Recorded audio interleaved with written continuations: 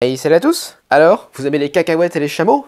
Pas de problème, aujourd'hui on regarde Peanut Club. Peanut Club, c'est un jeu d'enchères dans lequel on va venir essayer de récupérer des objets divers et variés à l'aide de 3 monnaies différentes. On va avoir des cacahuètes, des millions de dollars et des chameaux. Et dans chacune de ces monnaies, on a des cartes qui vont de 1 jusqu'à 5 avec beaucoup de 1, 2, 3 et très peu de 4 et de 5. Pour la mise en place de la partie, on place d'abord ici les cartes valeurs des monnaies dans un ordre aléatoire. Donc ici, les chameaux valent plus que les cacahuètes qui valent plus que les millions de dollars, mais cet ordre-là pourra changer durant la partie.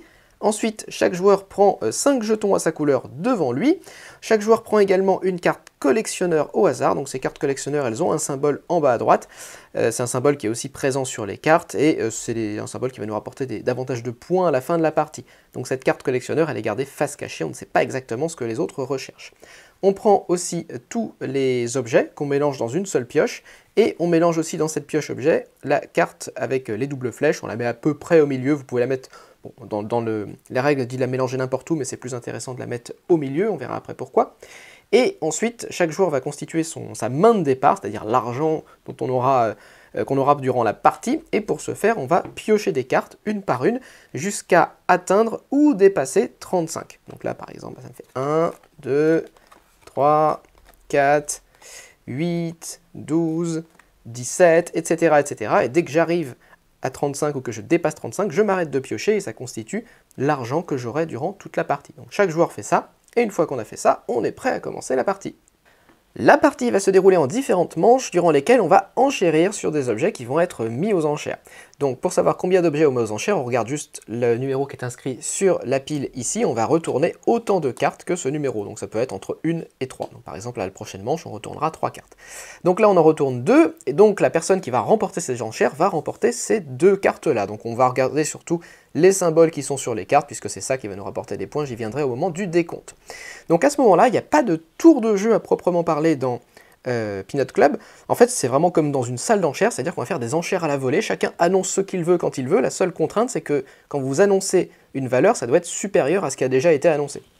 Donc par exemple, quelqu'un va dire ici, je sais pas, allez, 3 millions de dollars, quelqu'un d'autre va dire 5 millions de dollars, 6 millions de dollars, 8 millions de dollars, et là quelqu'un va dire, allez, 3 cacahuètes, puisque comme la cacahuète vaut plus que les millions de dollars, une cacahuète, ça vaut plus que 5000 millions de dollars. Donc personne va dire une cacahuète, 2 cacahuètes, 6 cacahuètes, 10 cacahuètes, et puis là quelqu'un va dire, non, 3 chameaux, puisque les chameaux valent plus que les cacahuètes, donc je peux dire n'importe quel nombre de chameaux, un seul chameau, ça vaut plus que n'importe quel nombre de cacahuètes, ou n'importe quel nombre de millions de dollars, et puis les joueurs vont monter 6 chameaux, 10 chameaux, 12 chameaux, et puis là plus personne ne dit rien, on attend un petit peu, et puis là on dit, allez, 12 chameaux une fois, 12 chameaux deux fois, 12 chameaux 3 fois, et la personne qui a remporté l'enchère, donc c'est pas un jeu de rapidité, donc vous laissez le temps aux joueurs de réfléchir s'ils veulent surenchérir ou non, mais bon, une fois que plus personne ne va surenchérir, la personne paye ses 12 chameaux et récupère les 2 cartes qu'il place face visible devant lui.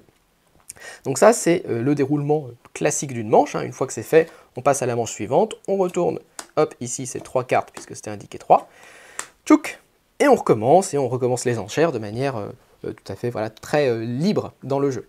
Donc vous n'êtes pas obligé de commencer par les millions de dollars, vous pouvez tout de suite arriver et dire allez 12 chameaux si vous le souhaitez, voilà, c'est vraiment des enchères très très libres, mais tout le sel du jeu va venir en fait de ces petits jetons qui sont ici devant vous et que vous allez pouvoir utiliser durant les enchères et qui vont venir un petit peu perturber le jeu. Alors, ces jetons, les joueurs ont absolument tous les mêmes et chacun d'entre eux va vous donner un pouvoir qui va vous permettre, pour ces 3-là, de manipuler l'enchère durant la phase d'enchère et pour ces 2-là, de manipuler ce que vous allez payer. Alors, d'abord, la manipulation d'enchère, d'abord vous avez le crash. Alors, le crash boursier, tout simplement, quand vous la jouez vraiment n'importe quand, c'est-à-dire c'est au milieu de l'enchère, et tout d'un coup vous dites non, hop, crash boursier, vous jouez votre jeton et vous pouvez prendre une carte, une carte de valeur ici et la replacer n'importe où dans la pile. Donc par exemple, j'ai pas de chameau ou j'ai pas envie que les chameaux soient très forts ce tour-là, je vais prendre le chameau, hop, je la remets en bas de la pile et du coup, maintenant la valeur importante, c'est les cacahuètes. Au moment où vous faites ça, l'enchère est remise à 0, c'est-à-dire qu'on était à 12 chameaux, 6 cacahuètes, 3 millions de dollars, peu importe, on revient à 0 et on recommence, les joueurs peuvent réannoncer absolument ce qu'ils veulent. Donc une fois que votre jeton a été utilisé, par contre, hop, il est retourné et vous ne pouvez plus utiliser son pouvoir. Deuxième jeton possible, c'est le niet, donc la petite croix. Le niet, c'est très facile, vous le mettez sur une valeur, vous dites niet, et ça veut dire qu'on ne peut plus utiliser cette valeur au cours de cette manche. Donc là, niet, on n'utilise plus les chameaux et l'enchère est remise à 0. Alors évidemment, si plusieurs joueurs jouent leur niet durant cette phase, hop, par exemple quelqu'un d'autre dit niet, on joue pas avec les cacahuètes, il n'est pas possible de mettre un niet sur la dernière valeur qui reste, on est obligé de jouer là, du coup, avec les millions de dollars.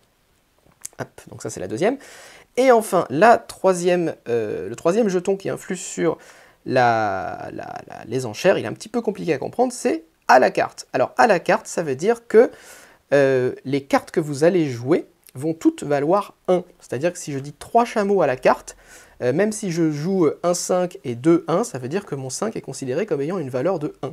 Donc en fait, cette valeur, elle est intéressante si vous avez beaucoup de 1 dans votre jeu, parce qu'en gros, voilà, vous allez avoir quelques valeurs fortes qui vont vous permettre de payer des éléments un peu plus chers, mais si vous avez beaucoup de petits 1, des fois c'est un peu embêtant. Et bien grâce à cette carte-là, ça vous permet de contrebalancer quelqu'un qui aurait pioché un 5 et un 4 en chameau et qui aurait 9 en valeur de chameau, alors que vous n'avez que 4. Mais par contre, avec vos 4 1, vous pouvez plus facilement remporter une enchère parce que vous avez davantage de cartes chameau. Donc à partir de là, on remet également l'enchère à 0 quand on utilise celui-là. Donc par exemple, je ne sais pas si on était à 12 cacahuètes, moi je dis non, je vais dire 3 chameaux à la carte. Ça veut dire que je peux jouer 3 cartes chameau, quelle que soit leur valeur, et à ce moment-là, on continue sur une enchère à la carte. Donc c'est 3 millions de dollars à la carte, 2 cacahuètes à la carte, 6 cacahuètes à la carte, etc. Et donc c'est vraiment le nombre de cartes que vous allez devoir jouer. Voilà. Donc ça, c'est les 3 jetons qui vont avoir une influence particulière sur le moment de l'enchère. Et vous avez ensuite ces 2 jetons-là qui ont une influence sur le moment où vous payez. Alors d'abord, le x2, c'est très simple, il double la valeur d'une carte que vous jouez pour payer. Par exemple, j'ai dit 12 chameaux, hop, je mets mon x5. Mon 5 x 2 plus 2, et c'est bon, j'ai mes 12 chameaux, je peux payer. Et deuxième élément qui peut influencer votre paiement, c'est le convert, c'est celui-là. Celui-là vous permet de régler en n'importe quelle monnaie. Par exemple, j'ai dit que je voulais payer 12 chameaux, eh bien je m'en fiche, je mets une cacahuète, un chameau et 2 chameaux, et là c'est bon, ça fonctionne avec mon convert. Et je peux même combiner les deux, c'est-à-dire que si je joue à la fois mon convert et mon x2, eh bien je peux dire, hop, je fais x2 avec mes cacahuètes, plus 2 cartes chameaux, et c'est bon, ici j'ai payé 12 chameaux à la banque. Voilà, tout simplement. Donc tout est toujours combinable. Alors le x2, juste petite précision, si jamais vous jouez avec les à la carte, le x2 permet de considérer que vous avez 2 cartes au lieu d'une. Par exemple là, hop, ça serait un petit peu bête de jouer ça, mais si j'ai joué, allez, disons 4 chameaux à la carte, et bien si je joue mon x2 sur ce chameau, c'est comme si j'avais 5 chameaux à la carte. Alors vos jetons sont tous utilisables une fois, et lorsque vous révélez la carte avec les doubles flèches, c'est pour ça que je vous conseille de la mettre plutôt au milieu du paquet, parce que si ça arrive trop tôt ou trop tard, c'est pas très intéressant. Lorsque vous la révélez, eh bien tous les joueurs vont pouvoir retourner sur la face visible les jetons qu'ils ont déjà utilisés. Donc il faut les utiliser assez rapidement pour pouvoir en profiter et les retourner au moment où la carte arrive, mais en même temps, il ne faut pas non plus les retourner trop tard, sinon vous ne pourrez pas profiter 2 fois de leur effet durant la partie. Mais une fois que vous les avez utilisés 2 fois, eh bien vous n'aurez pas de 3e chance avant la fin de la partie. La partie se termine une fois qu'on est arrivé au bout du paquet ici, et à ce moment-là, les joueurs vont marquer des points en fonction des symboles qu'ils ont devant eux. Alors comment ça se passe? C'est super simple, toute paire de symboles, ça fait 2 points. Par exemple, là j'ai une paire de symboles marron, ça me fait 2 points, une paire de symboles roses, ça me fait 2 points, une paire de symboles blancs, ça fait 2 points, une paire de symboles noirs, ça fait 2 points, et si vous avez ce petit symbole ici, c'est un joker, vous pouvez l'associer avec n'importe quoi, par exemple, je l'associe avec le jaune ici, ça me fait 2 points également. Le rouge qui est tout seul, le vert qui est tout seul ne me font aucun point. Ensuite, je regarde ma carte collectionneur que j'avais au début de la partie. Donc là, on voit que je cherchais du vert. Bon, c'est un petit peu raté, j'ai qu'un seul vert, mais c'est pas grave. Ça me fait quand même 1 point pour chacun des symboles que je recherchais avec ce collectionneur. Et enfin, les symboles blancs et les symboles noirs valent un peu plus que les autres, puisque même individuellement, eux, ils vous valent également 1 point. Donc là, en plus de me faire 2 points pour la paire, ça me fait aussi 2 points parce que j'ai 2 symboles noirs, et là, ça me fait en plus 3 points pour mes 3 symboles blancs. Donc les joueurs additionnent ces 3 éléments, et la personne qui a le plus de points remporte la partie.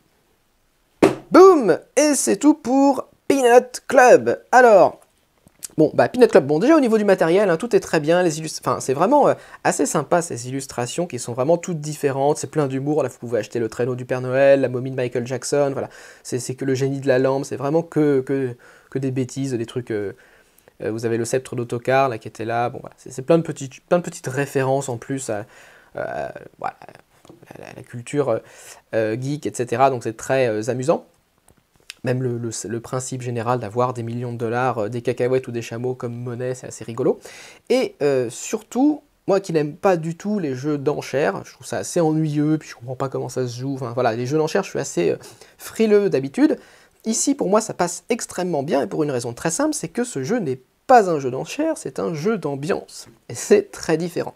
Et c'est un jeu d'ambiance parce que on a, alors déjà, pour l'ambiance un petit peu comique, et puis parce qu'on a les jetons qu'on va pouvoir utiliser durant la partie, et ça introduit un élément de chaos et un élément d'interaction qui est extrêmement fort durant la partie, bien au-delà en fait de l'enchère de « ah je joue… ah j'ai dit 2 chameaux, t'as dit 6 chameaux, bon bah c'est toi qui remporte, bon bah voilà c'est tout ». Avec ça c'est beaucoup plus intéressant, c'est beaucoup plus amusant, alors faut pas être allergique au hasard, au chaos, etc. Faut vraiment le considérer comme un jeu d'ambiance et pas du tout comme un jeu d'enchères. Mais voilà, avec les lignettes qui vous permettent d'embêter les autres, les crashs boursiers, vous pouvez même les jouer même si ça vous arrange pas, mais juste pour ennuyer quelqu'un, hein. Juste, vous voyez que la personne a plein de cacahuètes, mais en même temps elle est en avance, du coup allez hop, je fais un crash boursier, boum, les cacahuètes ça vaut plus rien, comme ça je vais plutôt avantager telle personne qui lui, à qui il reste apparemment, puisque je ne peux pas voir ce qui lui reste dans la main, mais à qui il reste apparemment plusieurs millions de dollars, puisqu'il n'arrête pas de dire des millions de dollars, donc c'est un jeu qui est vraiment très interactif, très amusant, très sympa.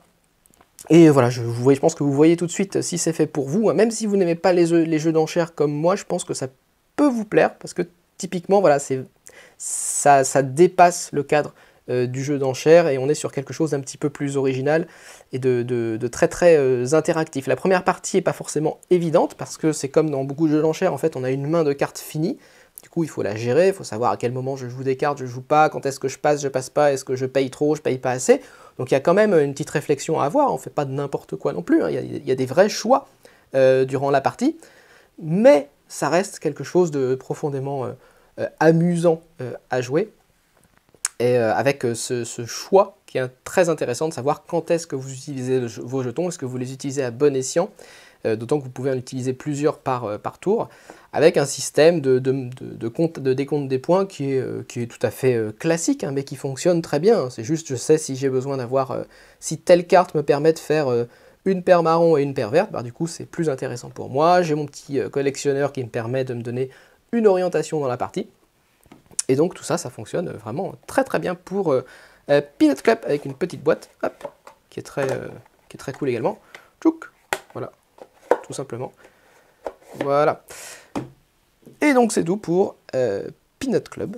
N'hésitez pas à laisser un commentaire, à mettre un pouce vers le haut, à vous abonner, et moi je vous retrouve la prochaine fois. Salut!